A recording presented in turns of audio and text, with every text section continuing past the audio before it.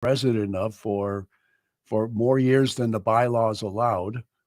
But we were building the library at the time, and so we suspended the rules. Uh, and they underwrite the cost of some of the materials that we get with for the program. A study of geopolitics of energy is not outside the issue of realism and idealism, my favorite way in which to start every talk. Because in the area of foreign affairs, it is governed by realists and idealists.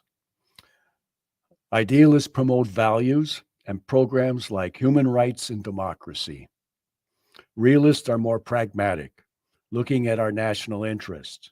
Geopolitics is a realist approach to foreign affairs, by definition. Neither is right nor wrong. Sometimes it's better to be a little bit idealistic, sometimes a little bit more realistic, but both have to be governed by something called costs and consequences. Daniel Yergin, who probably knows more about energy than any other writer that I know of, has come out with a new book. It's called The New Map, Energy, Climate, and the Clash of Nations. And it really does kind of sum up where we are in the world today. And he describes our topic thus, and I quote, geopolitics focuses on the shifting balance and rising tensions among nations. Energy reflects far-reaching alterations in global supplies and flows. Energy reflects driven in part by the remarkable change in the energy position of the U.S. And what he means here is shale oil, which was a major breakthrough. And he continues, and by the growing role of renewable and a new politics of climate change. There you are. Thank you.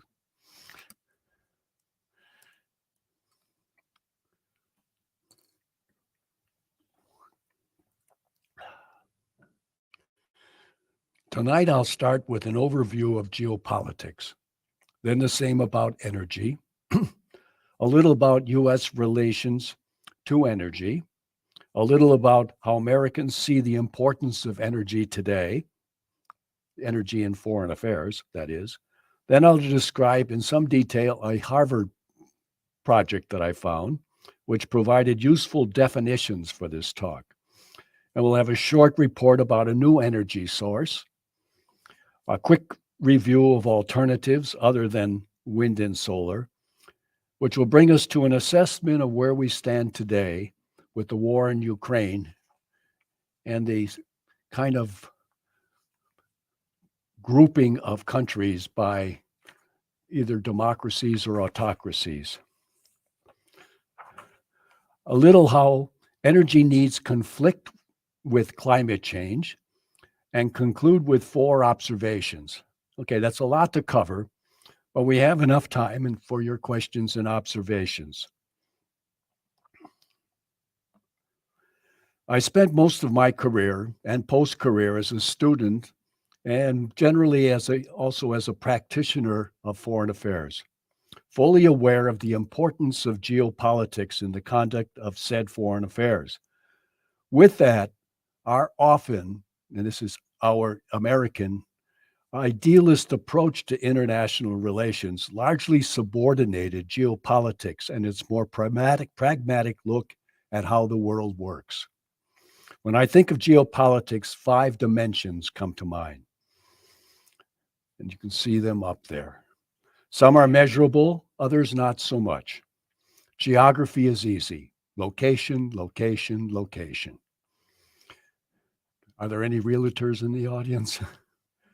Are we talking about a big, a medium, or a small country? Is it landlocked, or does it have sea access?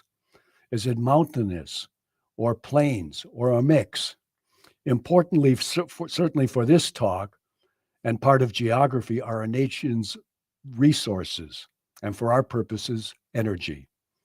And politics. How are decisions made? Is it a democracy or autocracy or a mix of both? And increasingly more important is how stable is its political situation, whether it's a democracy or an autocracy. Economics. How self-sufficient is the economy?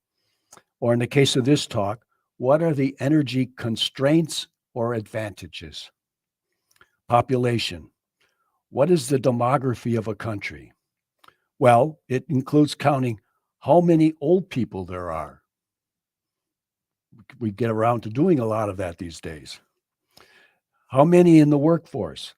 Are there population pressures? Or is there a declining population? Stuff like that.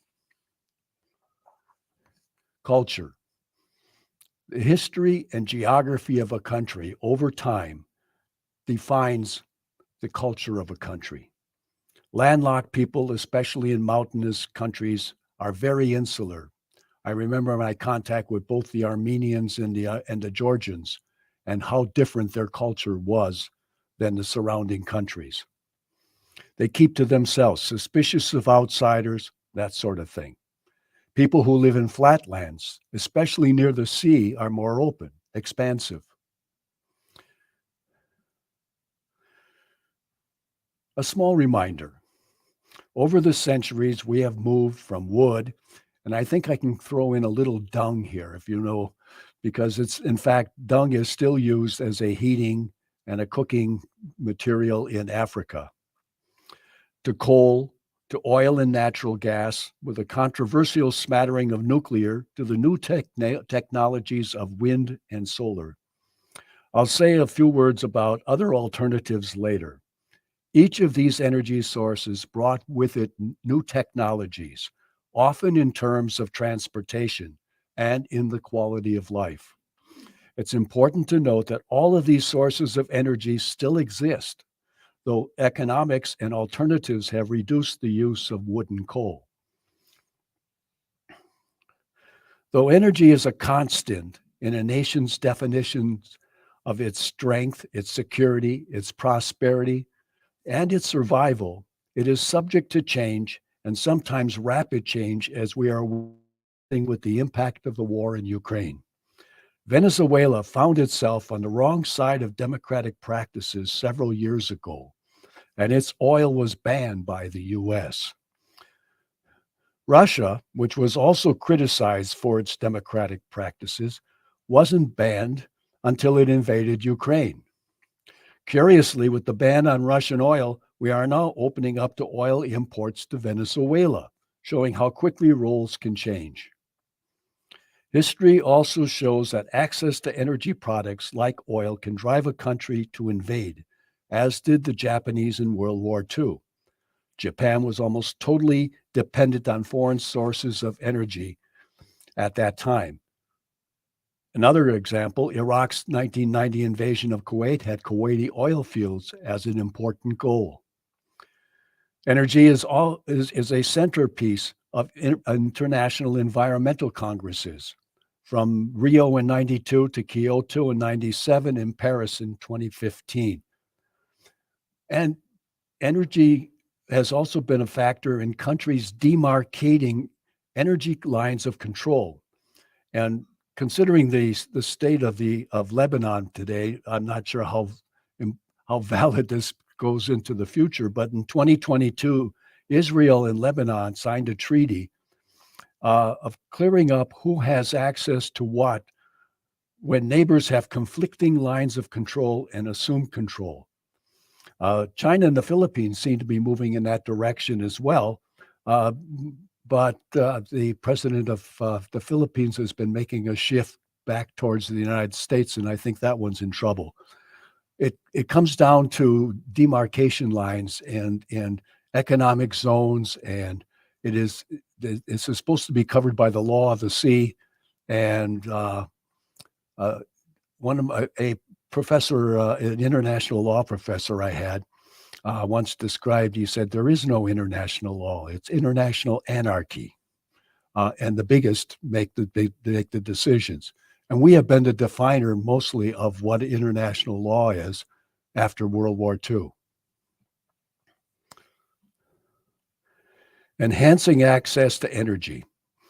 Well, the classic method is realpolitik. as I think someone just sent me an email with that on it. Basically, it's conquest. Japan in the 30s, Iraq.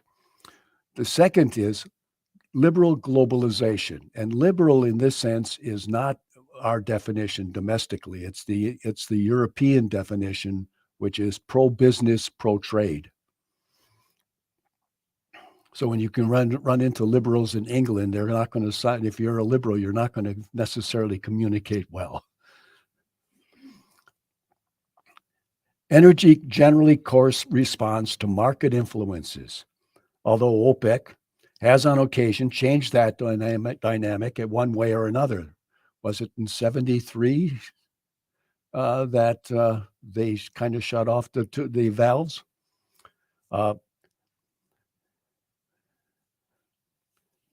To which I will add a third group. This is like-minded countries, and we're seeing more and more of that. Right now, the way Russia is moving its oil and gas east to China and other authoritarian states. As the world seems to be moving into a duality of democratic and authoritarian regimes, this last category may be the model going into our near future.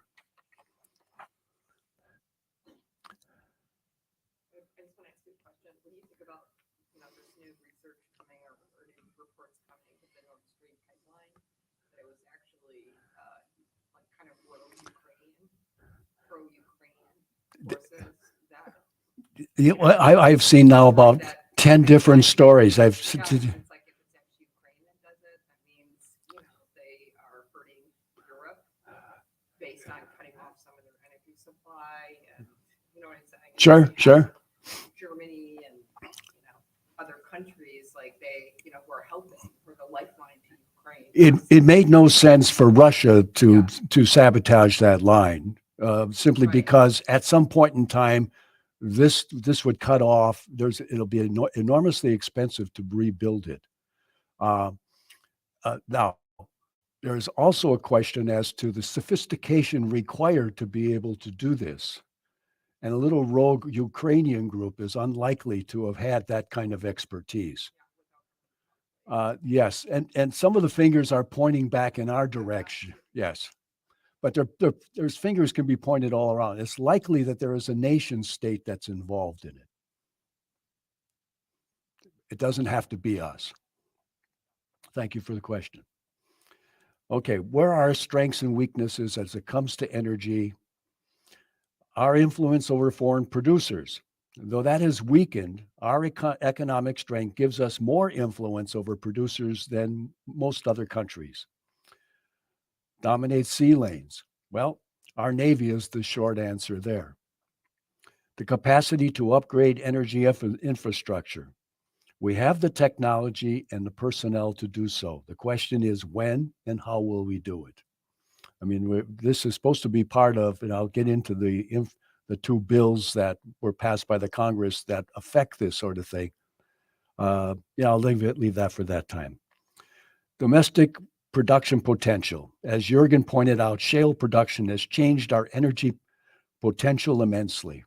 Our weaknesses, we will always need to import some energy. It's a question of the type of energy needed and the cost. Our allies are more vulnerable, always a concern. I think it is useful to mention here that oil production is organized by nations and corporations. Currently, about 75% are state-owned, the oil companies, and 80% of the oil flow is controlled by OPEC plus. So Exxon and the other big ones are not really the major players in this. Often they're working for these state enterprises. We have really big, private, people, really wealthy people, I'm forgetting their names right now, but who have developed the technology and have all this money regarding liquid natural gas and things like that. I think a lot of that money has gone into space and into EV, electronic vehicles.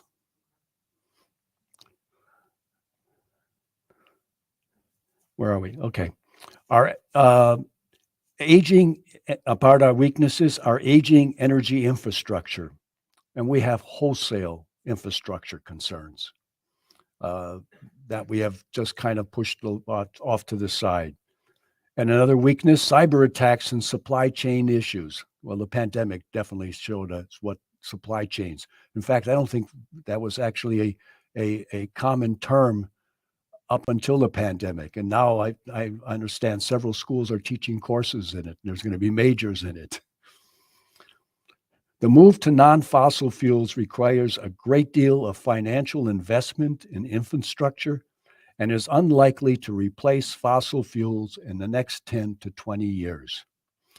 There is a component of the Infrastructure Act that will address aspects of energy and climate change. And as the White House announced in its press release in 2011, this act, and I quote, will help us tackle the climate crisis by making the largest investment in clean energy transmission and EV infrastructure in history, electrifying thousands of school and transit buses across the country and creating a new grid deployment authority to build a clean 21st century electric grid, end of quote. The 2021 Act was followed by the Inflation Reduction Act in 2022, describing more efforts to boost energy security and lower energy costs and promote clean energy supply chains and a lot of good stuff. It's easier to see where things are going, much harder to determine the timeline for those changes. In the terms of the Infrastructure Act passed in November 21 and the Inflation Reduction Act in 2022, this timeline question is important as we haven't seen any plan for the implementation of those action items. Among the major players, the EU and China both have limited fossil fuel resources and have invested earlier and more heavily in alternatives than the US. If we're moving in the direction of alternatives, that gives them eventually a leg up in the game.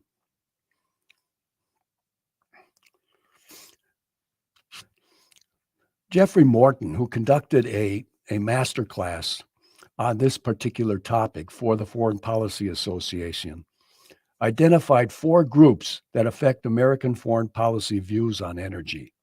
And the first is the existing model, the liberal internationalism. This group asks, why change? We could keep the existing order. Energy, they point out, is a global need. It fuels global trade and promotes a clean energy. The next 3 are variations on a theme. All are conservative, but each of them has other positions in other areas of foreign affairs.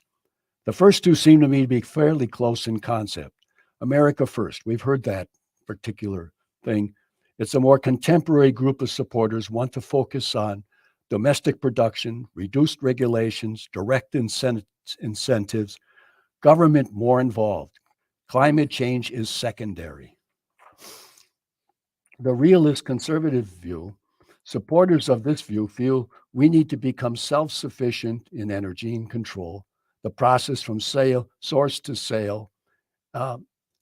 This was generally true when the big oil companies did control the source. In several ways, that realist view has been more or less the model for energy in our foreign policy or domestic policy over the last several decades, even though it can be seen as contrary to liberal internationalism. So on the question of energy, we are much more conservative in how we treat our sources and how and we're more willing on other issues to be open to the market and let it define. According to this guy who gave this master class, Americans public favors favors one of the more conservative approaches. He didn't say which one. I could find no other source to support this conclusion. And I think I'll say it again. I think what we're dealing with in terms of energy is a different approach on the question of energy than we have for the rest of our trading requirements.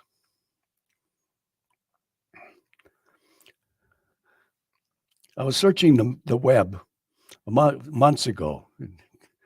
Can you imagine going into libraries now and going in and pulling out books, and it's long gone, looking for what was written on the subject of the geopolitics of energy. And I found that Harvard has had a geopolitics of energy project since 2011. And here I thought I found the Holy Grail. All I had to do was rewrite their stuff, and my job was done. But what I found was strong on organization and less so on substance. Their project aims to improve our understanding of how energy demand and supply shape international politics and vice versa. It focuses on conventional and alternative energies, and both will be influenced by geopolitical realities. They say in the coming decades will be characterized by dual directions in the energy realm. Yes, they say the desire to move away from fossil fuels is important, but oil and gas will remain dominant in the global energy mix. At the same time, the energy world will continue to need to find oil and gas to meet growing global demand, not necessarily domestic demand. Remember, there are a number of developing countries that want to join the globalization club. Politics and security will be intimately interwoven in this quest. At the same time, climate and security pressures are real, and over time, technology and policy will allow the world to move away from fossil fuels to a more sustainable and clean energy sources. Then there's that timeline thing again. It's a long time down the road. As been the case throughout the course of history, this shift in a global energy mix will bring with it major political and security changes. Together, these two factors, the drive to find more oil and gas and the shift towards alternative energies, will be important determinants of the world in which we will live. There's some realities that come from this Harvard study that they found, and I borrow from them. There are changing patterns of economic growth in the developed and emerging economies. Well, economic downturns often affect developing countries more profoundly than developed, established ones. They feel recessions and depressions earlier and longer. They went on this next one on political changes and added pressures for reform, especially in the Middle East. And I think the Harvard people were reading more into the Arab Spring and other social reform programs than was warranted. I would suggest that the underlying culture in that region, the Middle East in this case, allowing for variations, of course, is autocratic, and near-term suggestions that will change are questionable.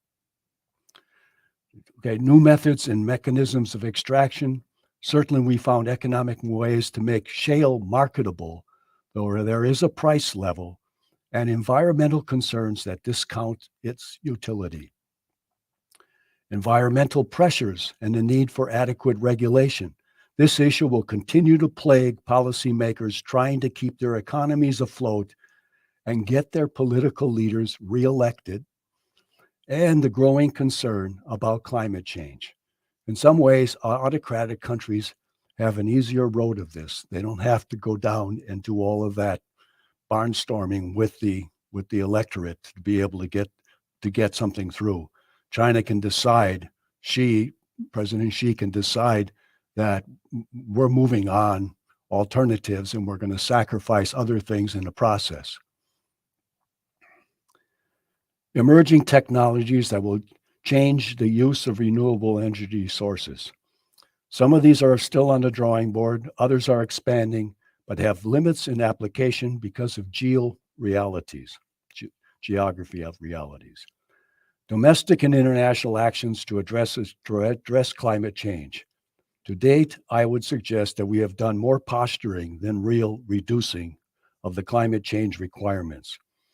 Continuing evidence of more violent weather patterns may help to build public support for raising the priority of warming concerns.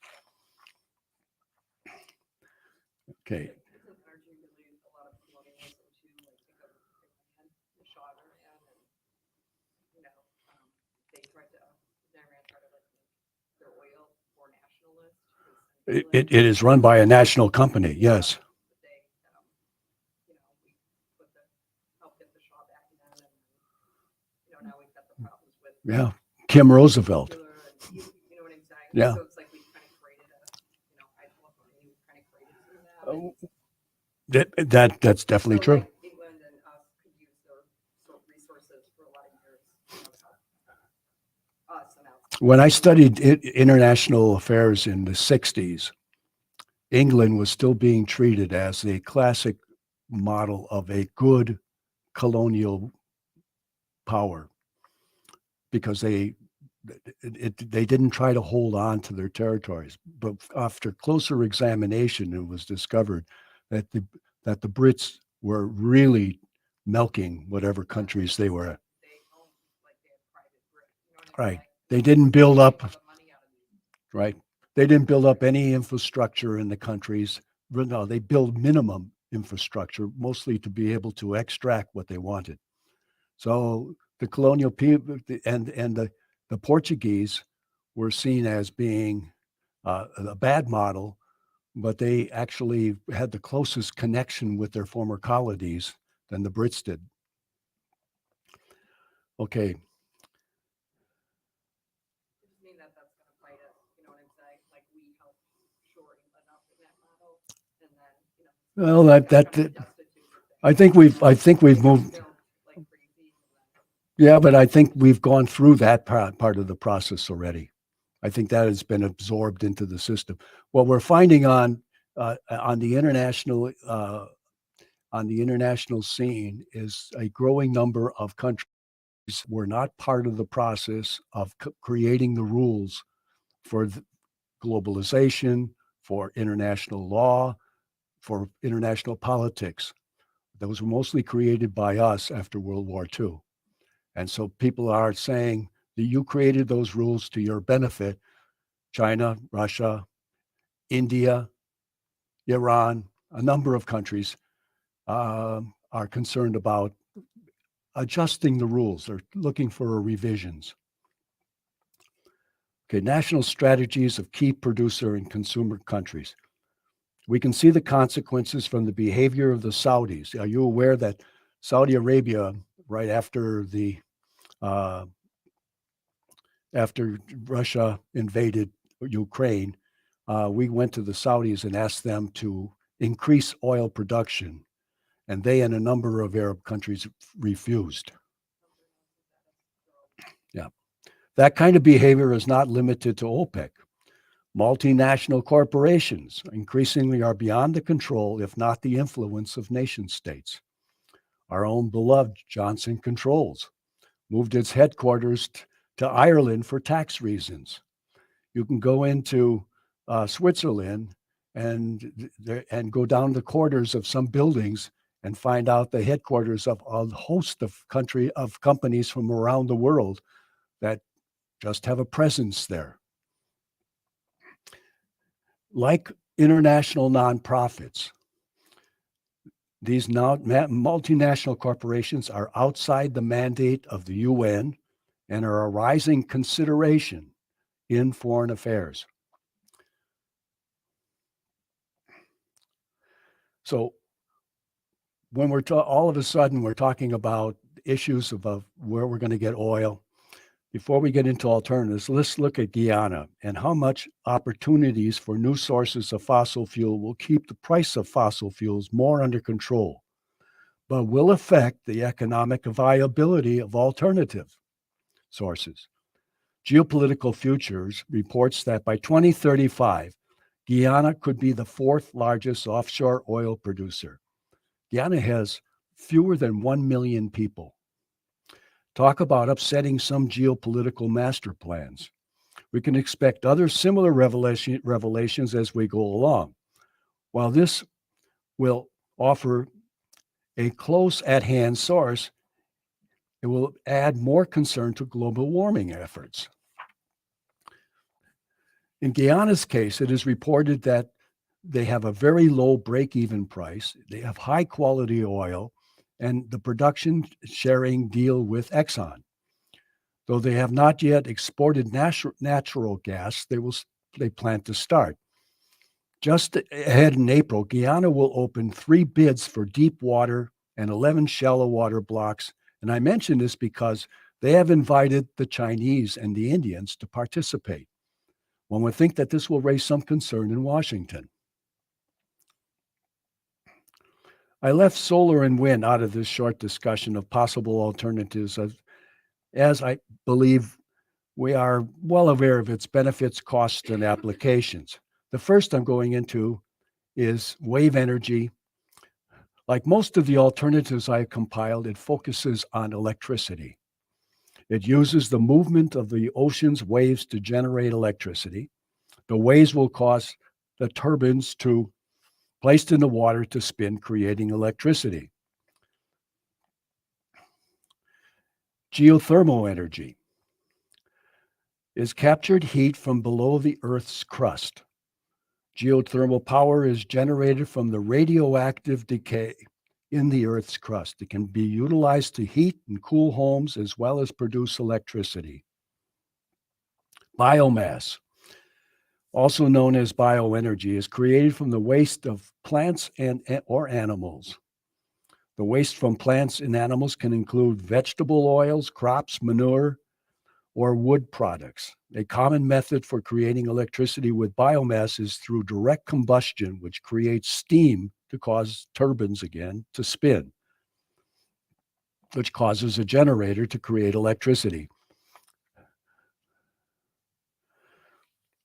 Well, nuclear has been somewhat controversial. There are 2 ways to create nuclear energy. Fission is what we know in practice, and then there is nuclear fusion. According to The Economist magazine, nuclear fusion may make a breakthrough in the next 5 to 10 years. Though the same article allows that commercialization may not happen until 2050. Got a long timeline on that one. Hydrogen fuel. Hydrogen is already being used. First of all, it's a clean fuel, and when consumed in a fuel cell, produces only water. It can be produced from a variety of resources such as natural gas, nuclear power, biomass, and renewable power like solar and wind. These qualities make it attractive fuel option for transportation and electricity generation applications.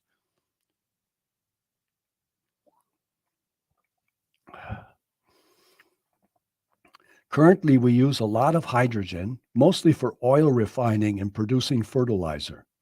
However, apparently not all ways to make it are green. Most hydrogen now is made with natural gas, and making it greener would be expensive. So the EU is about to lay down new rules for what is acceptable. But I suspect the word expensive will be heard again and again.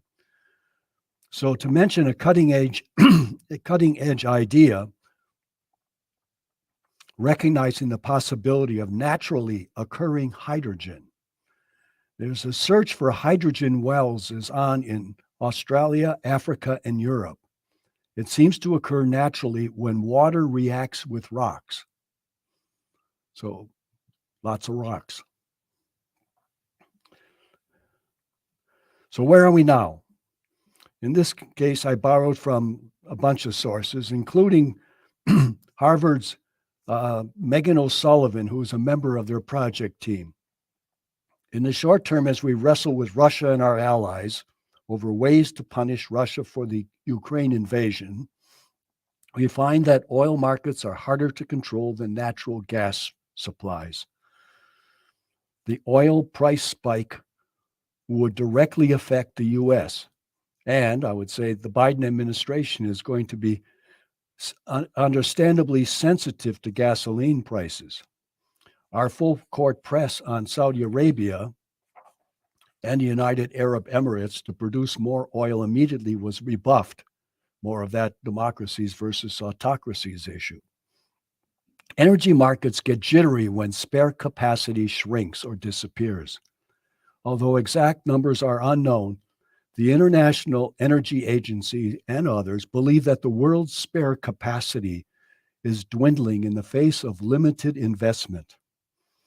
Expanded investment, certainly in the US, will result in lawsuits from environmental and climate change activists.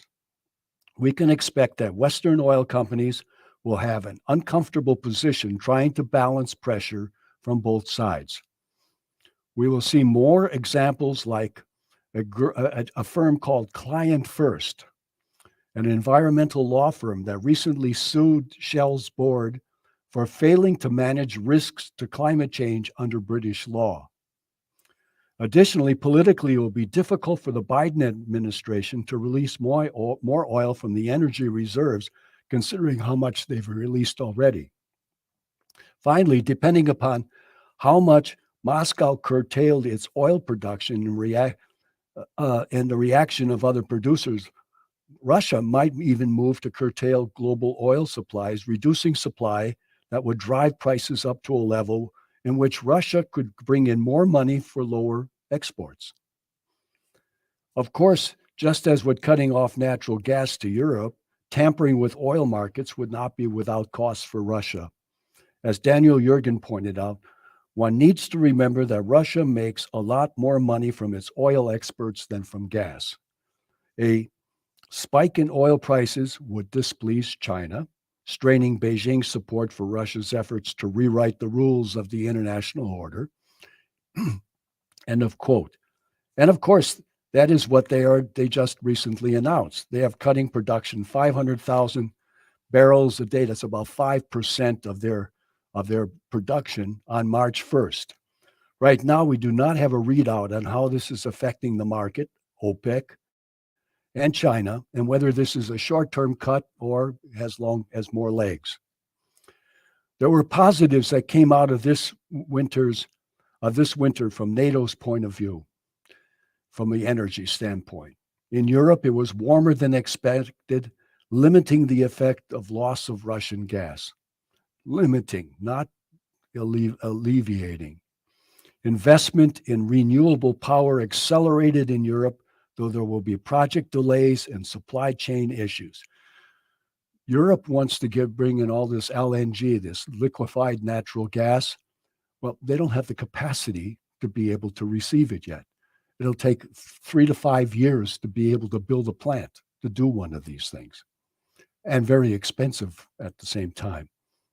However, the word from the developing world is not as positive as what's going on in Europe. Besides the war-related grain issues, which we're aware of, much of the developing world is mainly focused on fossil fuels. Okay, a shift to China. China will get past its current COVID crisis, but when that will happen and what will be the costs and consequences are not known. President Xi, that's not a female, that's just his name, had replaced former President Deng Xiaoping's plan to build the economy and avoid external adventures. Mao, there were 3 stages. Mao kind of tore the country apart to be able to get control. Deng Xiaoping came in and said, okay, let's build an economy, but let's not mess around in the world and get involved in any of these things. Let's just build up a very generous reserves that will allow us to go forward. Xi Jinping, who's the current president, has taken that to a next step. We've got the money, we've got the economy. Now we're going to do something. What it is exactly has been complicated by the pandemic and their approach to it, but it still is their game plan.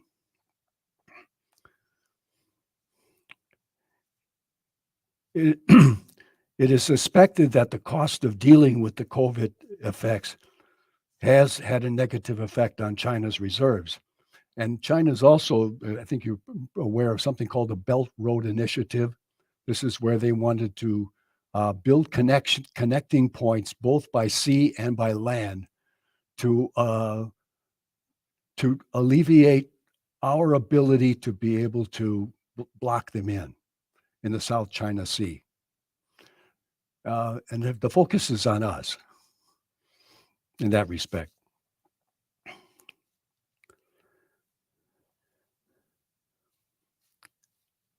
How does energy fit into any adjustment Xi makes as China reopens? Well, that's a question. As China, through Belt Road Initiative projects and other deals in the developing world, put together enough energy to sustain China's economy for the near term? I would suspect yes, especially since Russia now is the pipeline into Chinese into China is operating. All of these considerations fit into the growing competition between the democracies and autocracies, pitting the U.S., the EU, and Japan versus China, Russia, Iran, and a number of other autocratic regimes, along with several others like India and Turkey, willing to play both sides to their advantage.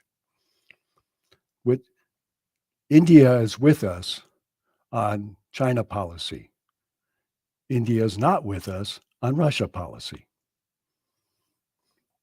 Turkey is trying to take advantage of making itself a regional power in terms of getting oil and gas in from Russia and the Ukraine and the stands, and then as a transit point to getting it out to other places.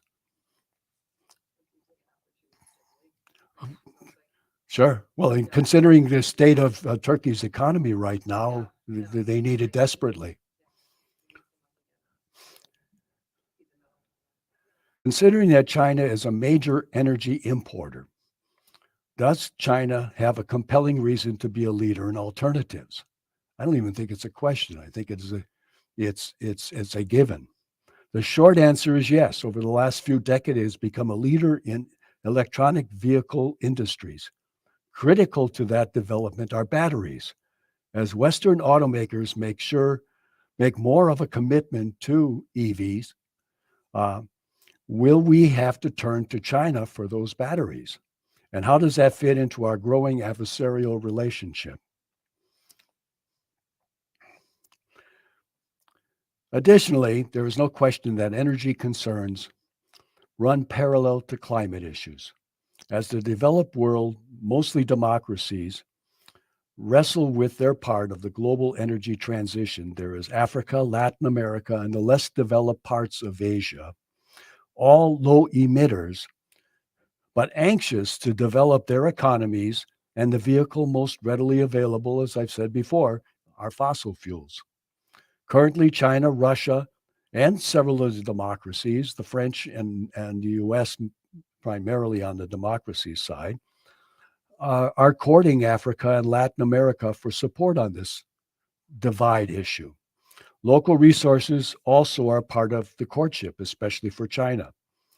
The cost of energy transition will be enormous, and other resource hogs in the US budget, like Social Security / Medicare, there isn't a politician in Washington who's going to take on that issue, as well as infrastructure needs and military needs, which will continue to have a higher priority. Will we have the will or wherewithal to provide more than token support for the developing world in their climate change needs? That's a question. I don't have an answer on it. So you were very, very kind and you stayed mostly awake. And so here we are in conclusion. Four factors stand out for me in looking at the near to medium term. The energy transition, I've said it a few times, will take much longer than most believe and fossil fuels will continue to remain a part of the mix, much the way wood and coal remained part of the mix in the last century. Climate issues, driven by increasing evidence of adverse effects, either in rising temperatures or unpredictable weather conditions, will produce local and international reactions and confrontations. And on this changing, no, I'll say that. And this will feed into this confrontation of the democracies versus autocracies, with the likelihood that rising powers and developing countries more likely will favor autocracies because it gives the leadership the most flexibility and leverage in dealing with an assault on the existing world order. That confrontation takes us beyond the scope of this talk on energy, but the degree to which Russia and China especially challenge the rules of the existing world order will affect how both producers and consumers of energy react to the challenge and who they decide to back in the process. Thank you. Now, let's have some talk. Can I move over? Okay. What's your thoughts about like reparations for like countries that were kind of flooded from climate change? With like Bangladesh or Myanmar, countries like, you know, they're like, I think they're moving underwater and, you know, that just recently. Change- the first year that Change brings on Brexit new about it and- change brings on new winners and losers. Major change brings serious changes to the winners and losers. There are going to be countries, and that's why I said China, who is a leader at this point in terms of what's going on. Do we need? Okay, I'm okay. Who's been a leader in terms of some of these alternative sources of energy, is this in the long term? This could make them much more powerful. Where we have been, we're kicking and screaming into dealing with this, and neither side is helping the process because everyone in our society these days doesn't work towards the middle. We kind of are out there on the edges of and basically don't talk to each other anymore. We talk past each other, and so this is one of those that fits right into that kind of thing. The economic, how much are we willing to give up in terms of our economic capability and our quality of life to be able to put ourselves in a position to come out as a leader in the transition from out of fossil fuels. Or we can continue in fossil fuels. Some countries will, but there's effects, there's consequences to it. And this is where autocracies have an easier run. An autocracy can quickly make a decision. It's harder for them to get off of that decision once they've made it.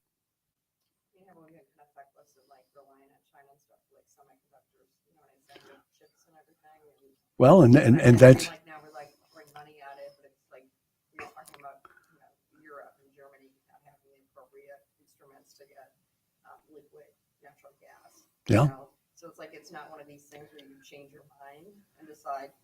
They were feckless relying on, you know, Russia like that.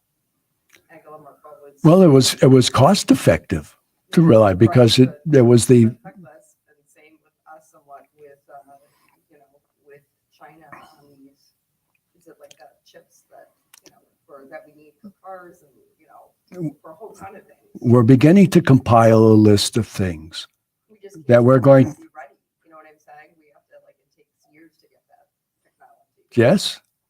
And we don't have in chip making. What the good thing is that we have a good relationship with one of the leaders on Taiwan, the Taiwanese chip tea. Someone got it? Semiconductor, that's it. Yeah. And they're building a plant in Arizona. We've now, the Dutch have come out and are concerned about protecting their chip making capabilities. There's a book called The Lords of Finance that was written about the Great Depression, and the Lords of Finance were the central bankers of the US, France, Germany, and England. And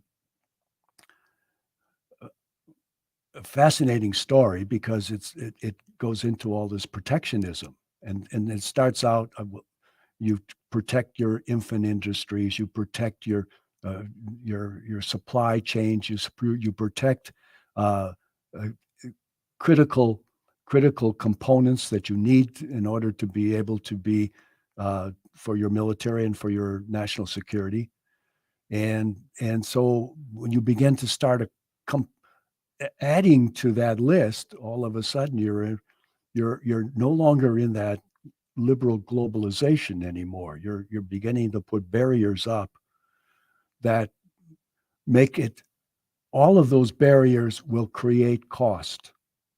Anytime you're not going, Ricardo said, competitive advantage. Whoever can produce, whoever has the thing and can do it the cheapest is the one you should go to for the source. Well, we're moving into a climate where that isn't the driver. Doesn't seem to me to be the driver.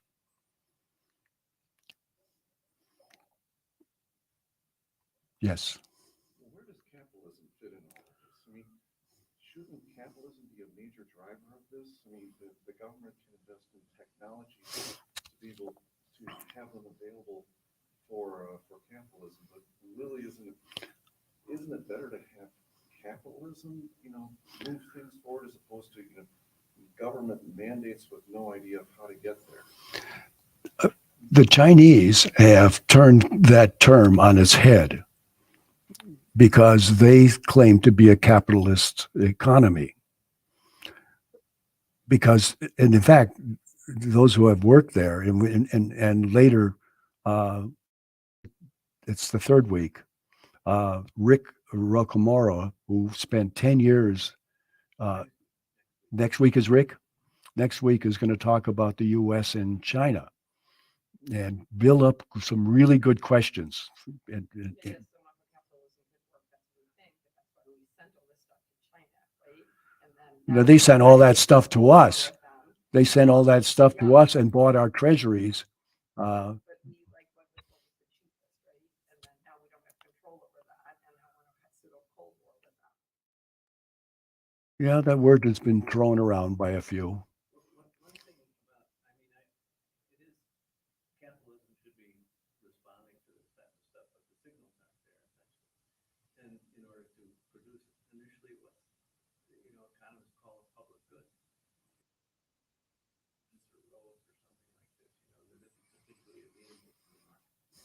And so China, with its democratic system, ability to extension, there are 100 million people in the Chinese community. Sources of financing relatively quickly. Sure. Opposed to waiting for market. I think that maybe we need to establish. So that's where government steps. That's where public finance. And just as in, with respect to products, for instance, the chips and cell phones and all kinds of products that came about through ultimately, or initially 1950s, 1960s government investment that have since moved into, the consumer world through private sector groups. But it's almost like priming that pump initially, that you have to do in order to get things moving. But it's a government investment in the technology, Right. as opposed to just these mandates. We're going to be, without any fossil fuels by X date. Okay. Yeah, I think right. I think those are sort of policy, That's why I said it, it's posturing rather than actually, That they toss off there. Because one of John's points was how, how long, I think you said something to the effect when you were lying, John, was that oil and gas is something we're going to have to be relying on for a long, long time still. sure. So, Well, a good point on the cell phones.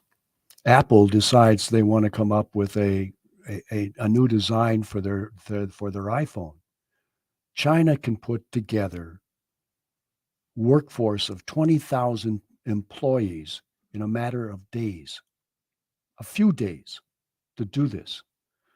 In the United States, can you imagine trying? Where would you do it? And where would you get? I mean, we can't get workers now. That's a different issue.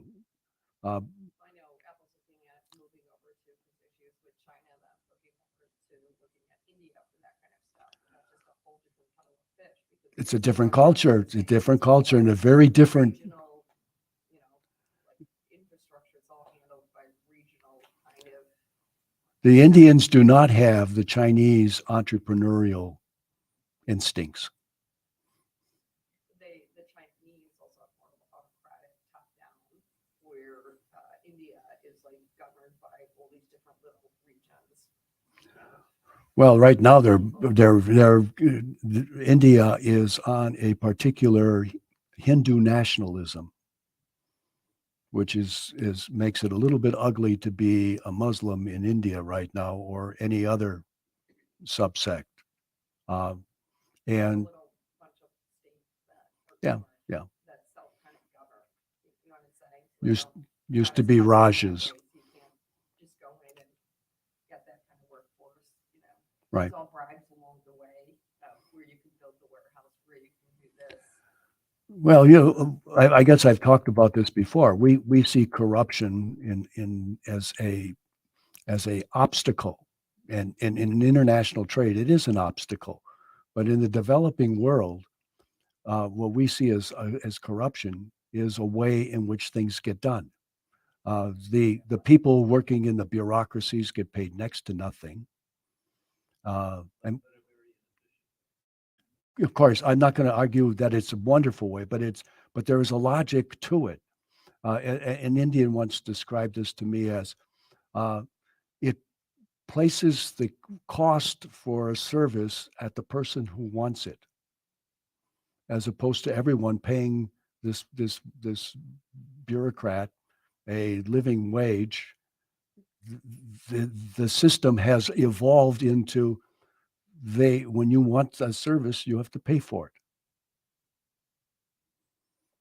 In China, when they're mining for the parts that go into these batteries, they're using The rare earths. they're using child labor and I- all of that kind of stuff. I know that people are really paying attention to that, and so we can't build batteries the same way they do using the labor that they That's do. such a good point. Well, and even the environmental concerns. I mentioned there will be a war between environmental lawyers and those who want to bring on fossil fuels.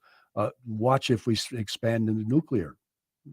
I mean, like the third world countries have, which is the big population problem, so people can go in and pick up sulfur and whatnot, and be dead in 2 years from exposure. And they've just got more people who can sign up and will do it because Yeah. they're desperate. And Okay. they don't have, but none of that would ever fly here. And Like this a is lot one of the of- weaknesses of a democracy. So is it forced labor or? Well, I was just reading Sinclair Upton's book, The Jungle.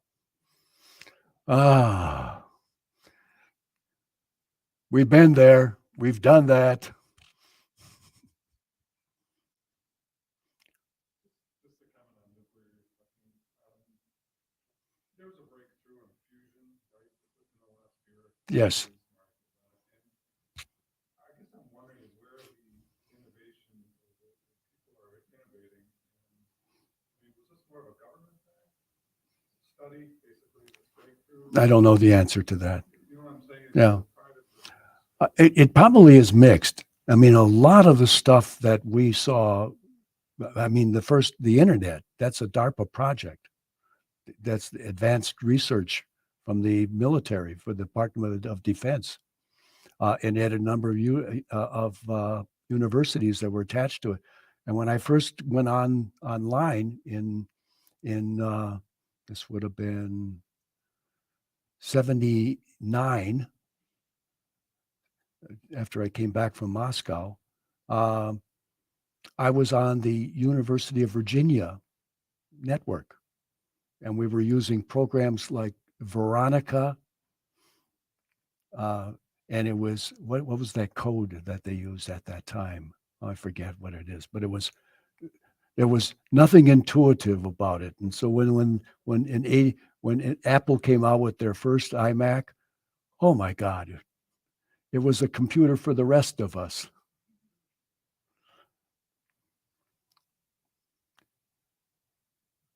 Any other yes? Is United States still using 1935 as a cutoff for fossil fuels? 2035. 2030. It's okay. Not anyone who puts up February and when it's in March cannot criticize someone for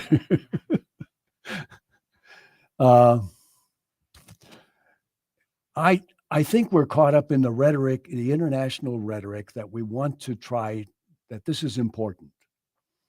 And so most of the people who are going to these conferences to decide these things are not people directly affected by on the economic side.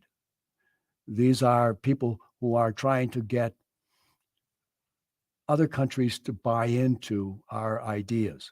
And we have to, and this is where negotiations go on, and you swallow a few years or you add a few years, depending upon how important bringing this particular contingent into your house. During the Cold War, we blessed an awful lot of very lousy governments in the world.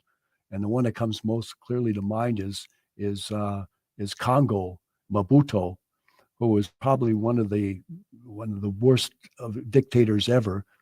And the reason we backed him, because the alternative was chaos in that particular part of the world, and that would have been an opening for the Soviets to get active there. And I was in Zambia right next to Congo at the time. And so the Soviets were very active in that part of the world.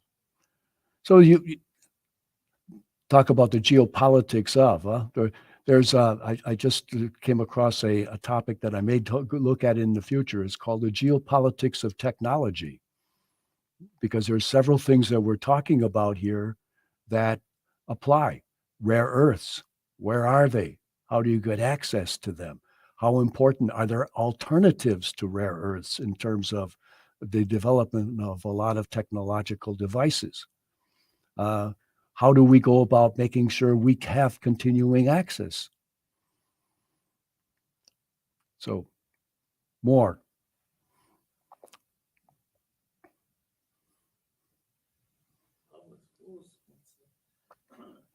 Public schools don't seem to be teaching kids anymore, because at least a lot of, depending on race maybe, but how are we going to keep up with all these countries if we don't have people going to school? About 10 years ago, a couple of academic researchers did a study on the subject of creativity in college. With minor exceptions, they found that a 4-year education did not increase significantly the level of creativity amongst students. I would say Europe is even further behind. In Europe, and I'm speaking very generally, especially through grade school and high school, the teacher, in fact, in high schools, is called a professor. You don't talk and question what's being discussed. Your role is to be there to absorb. And you don't turn that off when you get into college. That mindset is still there. So in a lot of ways, what we are and what we're doing may not be the best thing, but there's this thing called relativity. Where are we in relation to other countries? Smaller countries have a much easier way in which to be able to put together an educational system. The idea that Washington, D.C. can put together an educational policy for a country with as many cultures as we have in the United States just is beyond my understanding. The South of the United States is a very different culture than what we see here. The Eastern Seaboard and the Western Seaboard are different cultures.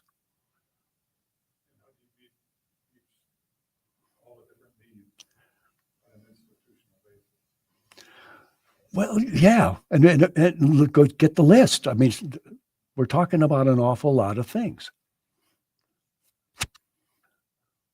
But the beauty is we can sit here and talk about this. I can be critical of our government and for what we're doing and for its overly idealistic foreign policy.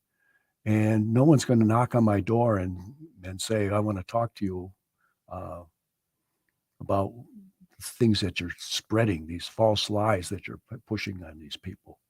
Well, it may not be a perfect system, but it's hard to argue that there's a better one out there. Yeah. You know, But- just when you talk about education, you know, there has to be some minimal standards, and you should feel that if you're in Georgia and your kid's in the 4th grade. I would rather, They're gonna know a certain amount of things, math, history, you know, what Sure. they're gonna be learning.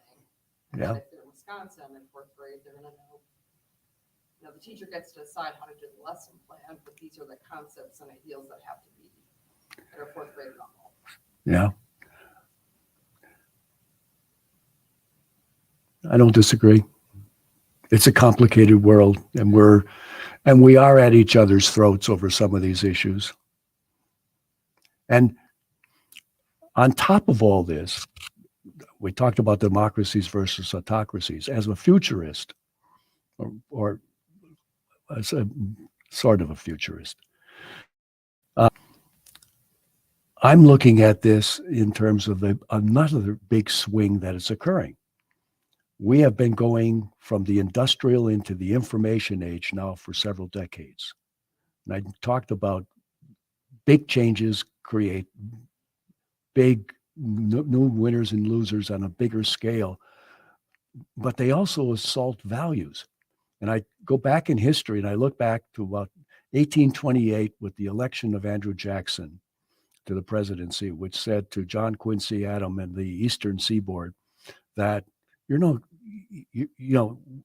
run everything anymore. And we started through this transition from the agricultural into the industrial age and into the early 1900s before we were comfortably into it. Those of us who were in the workforce in the 70s and 80s had the best time of it all because that was such a mature state of the industrial world. That liberal globalization model was in full effect. The pushback against it hadn't yet begun. And so, it's going to be a faster change is coming. Now we have AI and chatbots and Oh, that whole yeah. crazy, and there'll be huge interrupters, you know, graphic artists and whatnot. There's just huge winners and losers. Well, I mean, chatbot is going to be a game changer. I mean, Gates has come out and said it's the most important thing to happen in technology since the internet. Huge way. Yes, we did. Yeah. We're actually going to do a talk on that in May, I think it is. We're going to talk about chatbot. It's well, there are some horror stories that have come out on it in the first instance, but and there are claims that it is sentient, but it's not. You know, it's not creative, it's just doing ugly. It's huge amounts of data, and then doing. huge amounts of data that are able to process. But look at, I mean, the workplace with the blue collar worker was the first affected by the robotics and AI. Now, you don't need as many lawyers. You don't have to have someone going into LexisNexis to be able to do these searches. You don't have to go into your books anymore. There's programs that'll search it all out for you. Doctors, I mean, the X-rays. They went over to India to have the X-rays being read. Now the AI can do a better job reading it than the human eye can. It was my job to write a blurb for your event tonight on our calendar. Go back and read it because it wasn't written by me. Oh, It's a chat box. I'm so embarrassed. Absolutely. And it reads wonderfully, by the way. wow. There you. I mean, Sorry, Don. talk about academia. I mean, I can remember writing a paper for psychology in which I was generous to myself in terms of how much I put into that particular paper, and it bounced back at me. How are they going to be able to determine how much is you? Yeah, we just feedback absorbing. Yeah, brave new world. Last question, comment?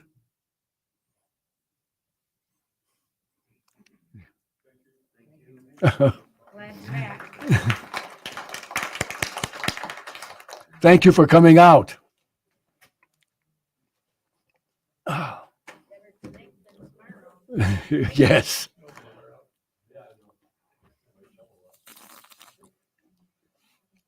Oh, that was good.